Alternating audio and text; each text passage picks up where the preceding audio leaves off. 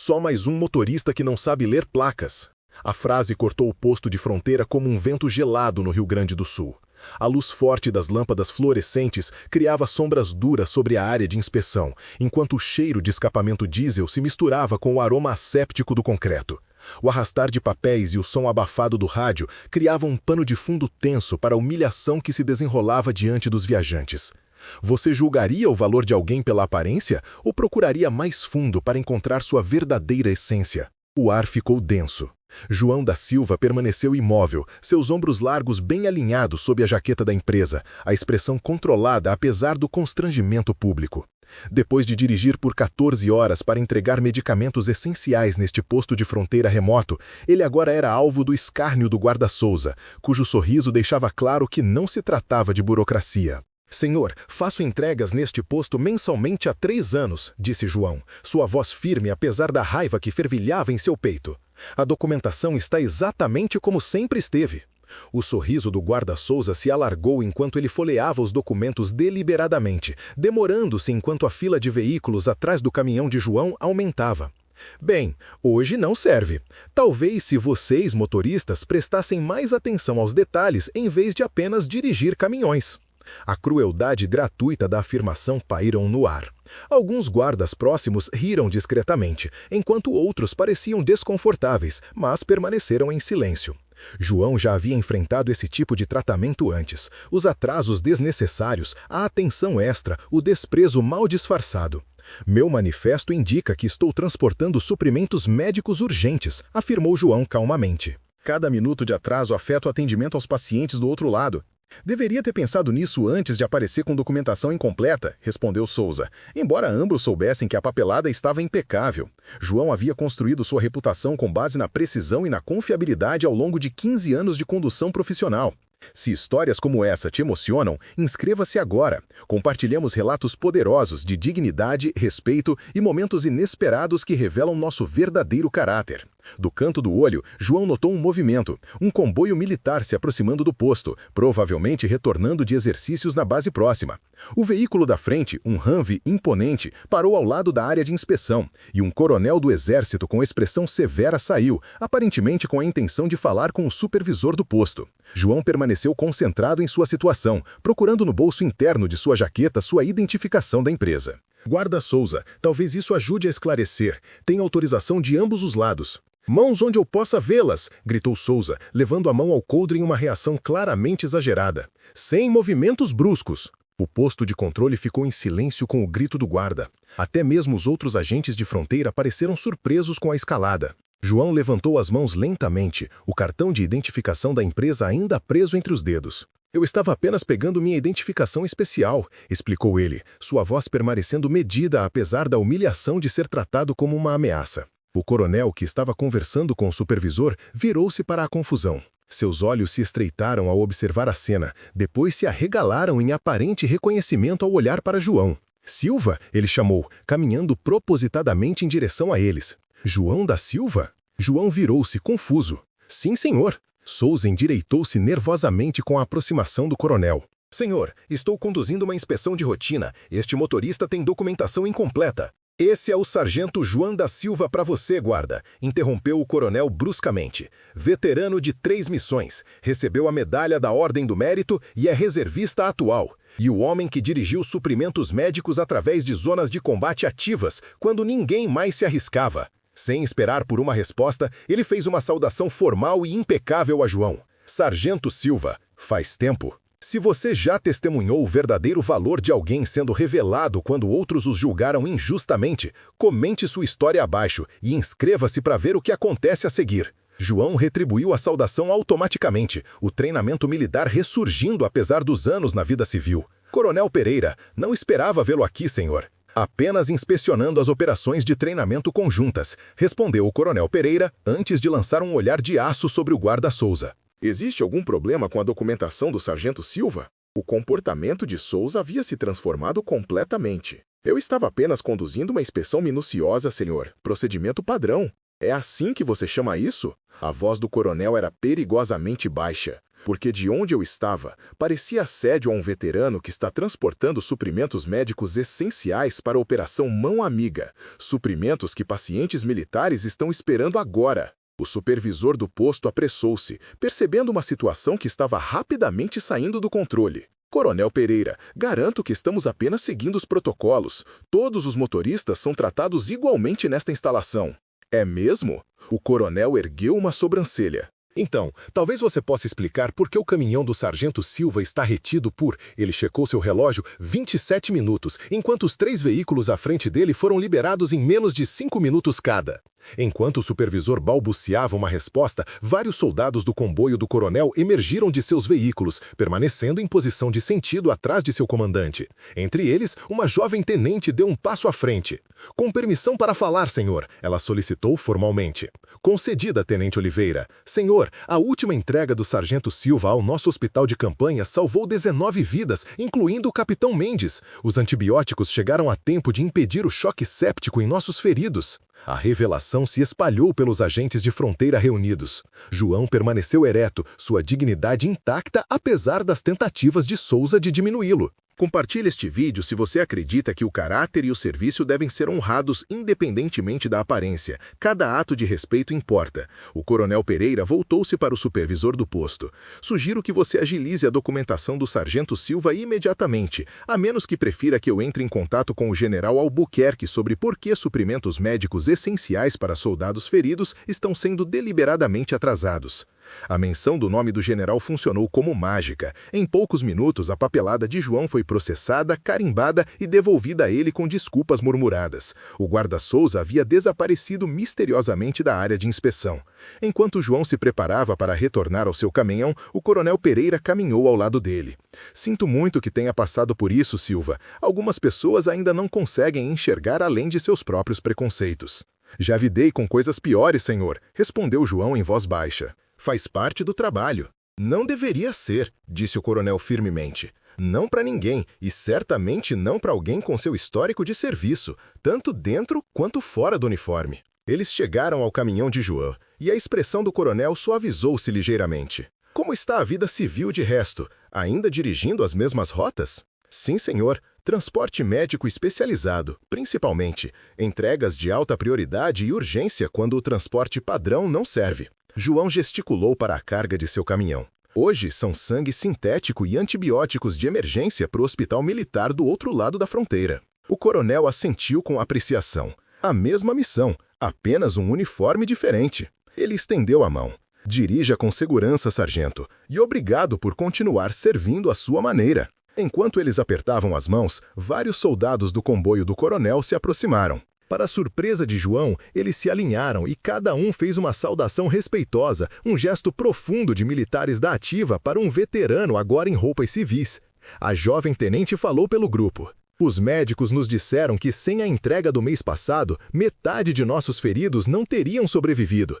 Queríamos agradecer pessoalmente. João retribuiu suas saudações com a precisão que o treinamento havia enraizado nele anos atrás. Apenas fazendo meu trabalho, tenente. O mesmo que vocês. Enquanto João entrava em seu caminhão e se preparava para partir, ele notou o guarda Souza observando à distância, sua arrogância anterior substituída por algo próximo à vergonha. Seus olhos se encontraram brevemente, e João lhe deu um aceno curto e digno antes de partir. O posto de fronteira recuou em seu espelho retrovisor enquanto ele continuava sua jornada, o comboio militar seguindo atrás dele no que parecia ser uma escolta de honra improvisada. Através de seu rádio veio a voz do coronel. Vamos segui-lo até o hospital, sargento. Considere isso uma escolta muito esperada para um irmão de armas. 3 horas depois, João estacionou seu caminhão na área de recebimento do hospital militar.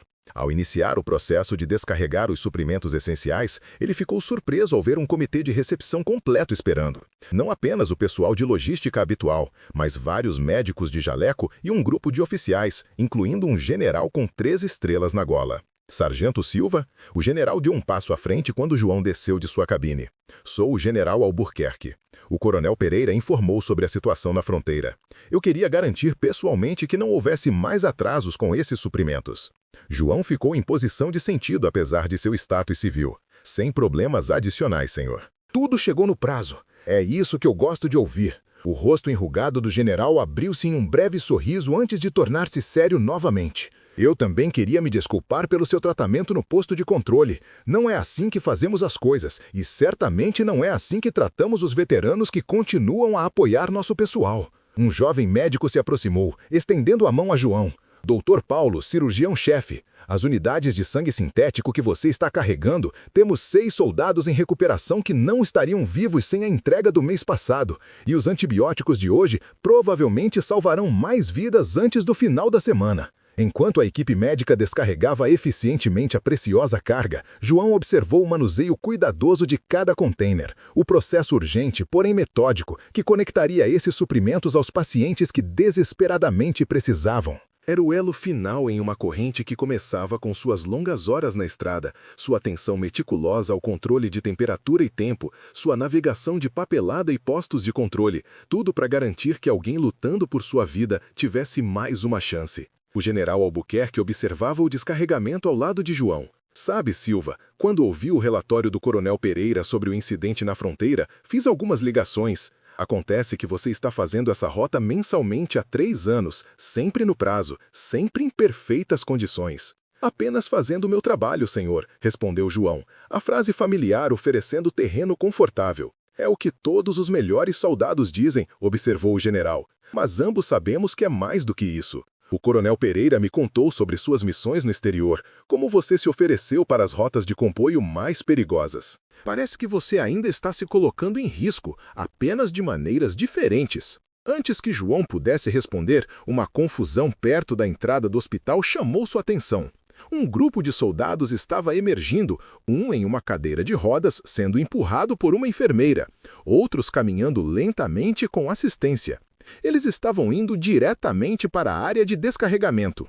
Não estava esperando um comitê de recepção, observou João com leve confusão. Eles insistiram, explicou o Dr. Paulo, retornando ao lado de João. Quando souberam que você era um motorista que trouxe os suprimentos que salvaram suas vidas no mês passado, eles queriam agradecer pessoalmente. Alguns deles estão recebendo alta hoje, indo para casa para suas famílias. Os soldados se aproximaram, 6 homens e mulheres em vários estados de recuperação, mas todos usando expressões de profunda gratidão. O homem na cadeira de rodas, um capitão de acordo com sua insígnia, estendeu a mão para João. Capitão Mendes, ele se apresentou, sua voz ainda fraca, mas determinada. Dizem que você é a razão pela qual estou indo para casa para ver o nascimento da minha filha no próximo mês. João apertou sua mão com cuidado, atento à linha intravenosa ainda conectada. Apenas o entregador, capitão. Os verdadeiros heróis são a equipe médica. Os médicos não tinham nada com que trabalhar até você aparecer, outro soldado interrompeu. 3 horas através de uma nevasca, eles nos disseram, quando nenhum voo comercial conseguiu passar. João lembrou-se daquela entrega, dirigindo com os nós dos dedos brancos através de 45 centímetros de neve, estradas quase invisíveis, temperaturas frias o suficiente para ameaçar a estabilidade dos suprimentos médicos. Ele se recusou a parar, sabendo o que estava em jogo. Isso é apenas logística, ele disse simplesmente. Encontrar um caminho quando importa. O momento foi interrompido pela chegada do coronel Pereira, que estava coordenando com o comando da base. General, houve um desenvolvimento em relação à situação da fronteira. O diretor regional está na linha, solicitando falar com você e o sargento Silva. Em um escritório particular, João se viu em uma teleconferência com funcionários cada vez mais graduados.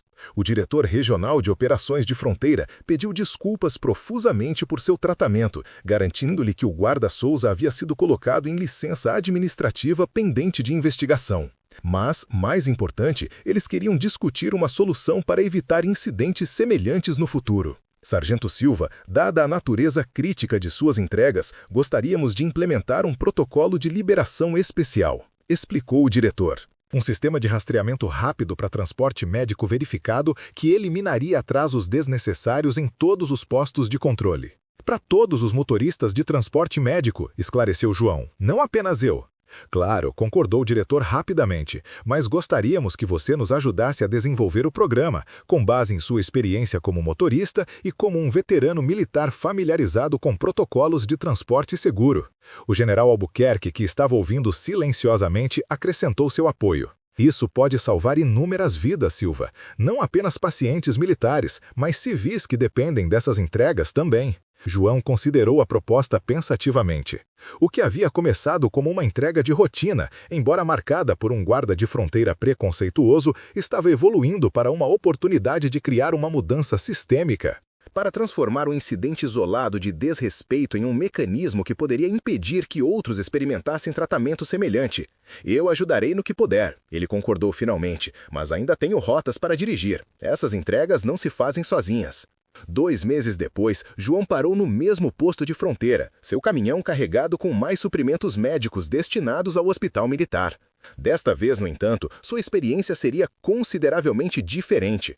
A experiência de Marcos mudou da água para o vinho. Seu caminhão foi direcionado para uma faixa prioritária recém-criada e a policial que se aproximou, uma mulher que ele nunca tinha visto antes, checou sua nova identificação de transporte médico especializado e escaneou o código QR em seu manifesto. Tudo certo, seu Robinson, ela confirmou eficientemente. Obrigada pelo seu serviço, tanto militar quanto civil. Enquanto se preparava para sair, Marcos notou o policial Dawson saindo do prédio principal. Seus olhos se encontraram brevemente e, para surpresa de Marcos, Dawson lhe deu um aceno respeitoso, não exatamente um pedido de desculpas, mas um reconhecimento que dizia muito sobre lições aprendidas dolorosamente. O novo sistema de liberação, oficialmente chamado Protocolo de Transporte Médico Prioritário, mas apelidado de A Lei Robinson por aqueles que conheciam a história por trás dele, tinha sido implementado nas travessias de fronteira em toda a região. Já, os dados mostraram melhorias significativas nos tempos de entrega para remessas médicas críticas. No hospital militar naquela tarde, Marcos encontrou o capitão Mercer esperando por ele, de pé desta vez, recuperado o suficiente para caminhar sem assistência. Está com uma cara melhor, capitão, Marcos observou enquanto apertavam as mãos. Tudo graças às suas entregas, Mercer respondeu, antes de enfiar a mão no bolso e extrair uma pequena fotografia. Eu queria que você ficasse com isto. Minha filha, Sofia, nasceu semana passada. Marcos estudou a foto da menina recém-nascida, sobrecarregado pela evidência tangível do que seu trabalho tinha ajudado a tornar possível.